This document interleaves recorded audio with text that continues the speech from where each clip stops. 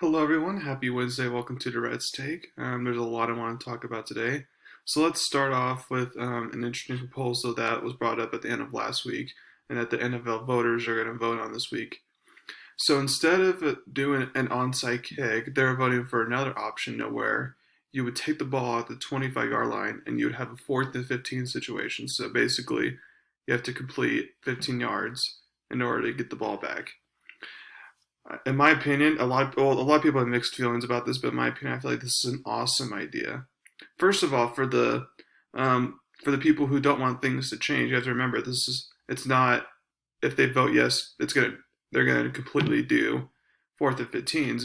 They're giving you an option to do it, so you can still do the onside kick if you want, but if you don't want to, and in my mind you shouldn't want to because it's a less of a probability of 4th and 15, then you should do the 4th and 15.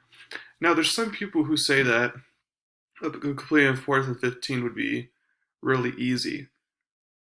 In my mind, it's not that easy unless you're like a Patrick Mahomes or something. It's not that easy because since everyone knows, okay, you need exactly 15 yards and you only have one down to do it, they usually just send they can just like rush three and then have 8 of their guys all around the first yard, the first down marker to where like it'd be super hard to get. So you basically would have to like throw a very precise pass, or there would have to be some busting coverage in order to get it.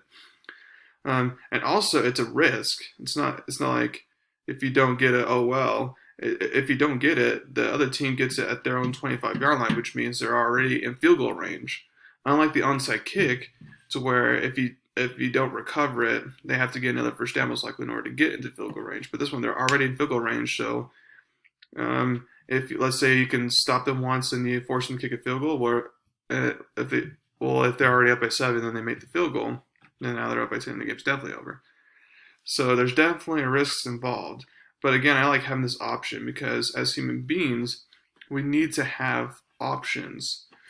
We don't like to have just one thing presented to us. Like, for example, the pass interference review last year. Technically, you didn't have, even though that came about and it ended up not working out, but you didn't have to challenge pass interference.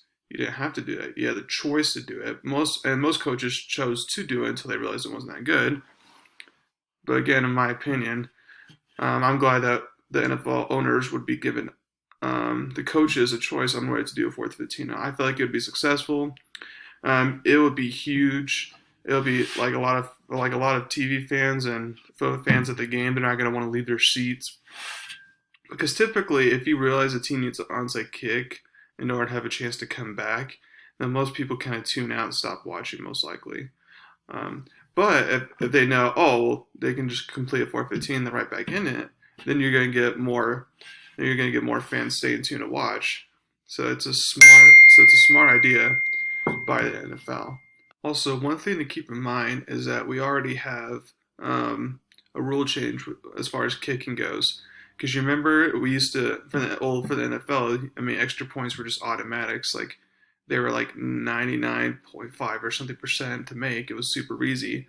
But now that they moved it back, now it's more like I don't know the exact number, but let's say around 96.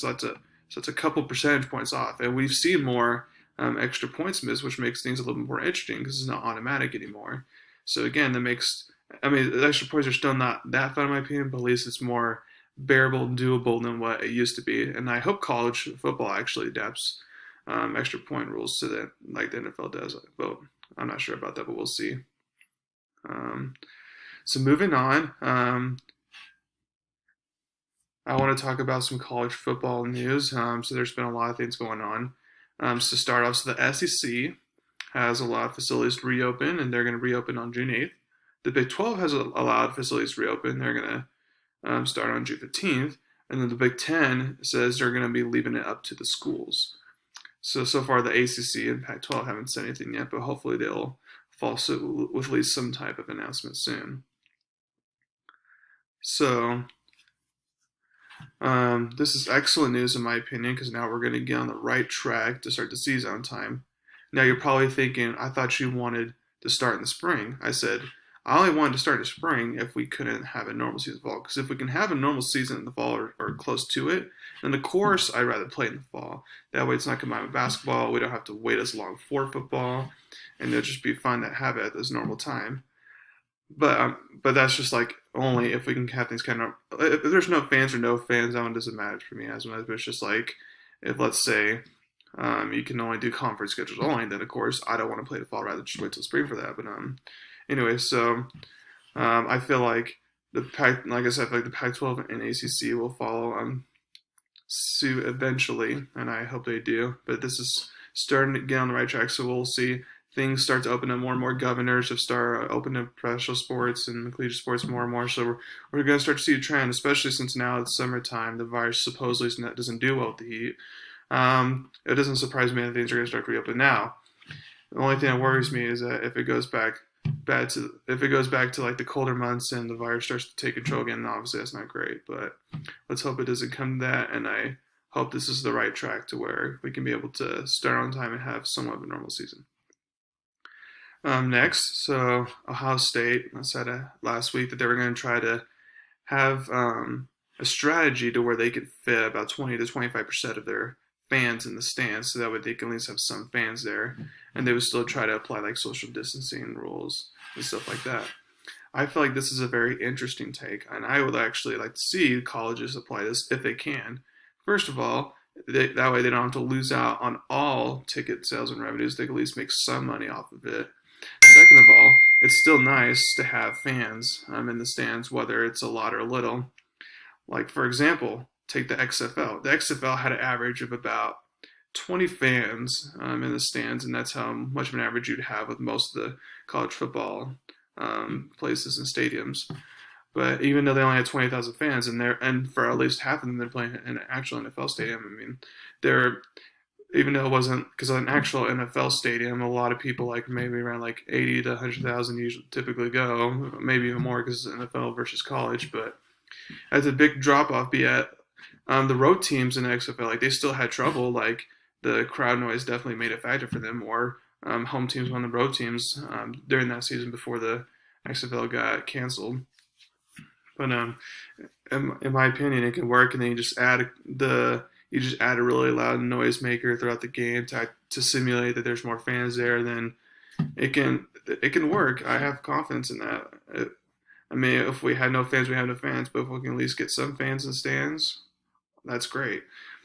And I hope a lot of universities take that into consideration. Also, some interesting news happened not yesterday, but the day before. So it looks like originally the NBA said they were going to try to play in Vegas and they were going to try to play in Orlando, but now it looks like they're just going to all settle in Orlando only, which I like and don't like. I like the fact that, well, at least it's all in one location, I guess. So like because like for example, for the finals, someone would have to travel to Vegas or someone would have to travel to Orlando eventually. So I guess you're just saving on one extra traveling trip basically.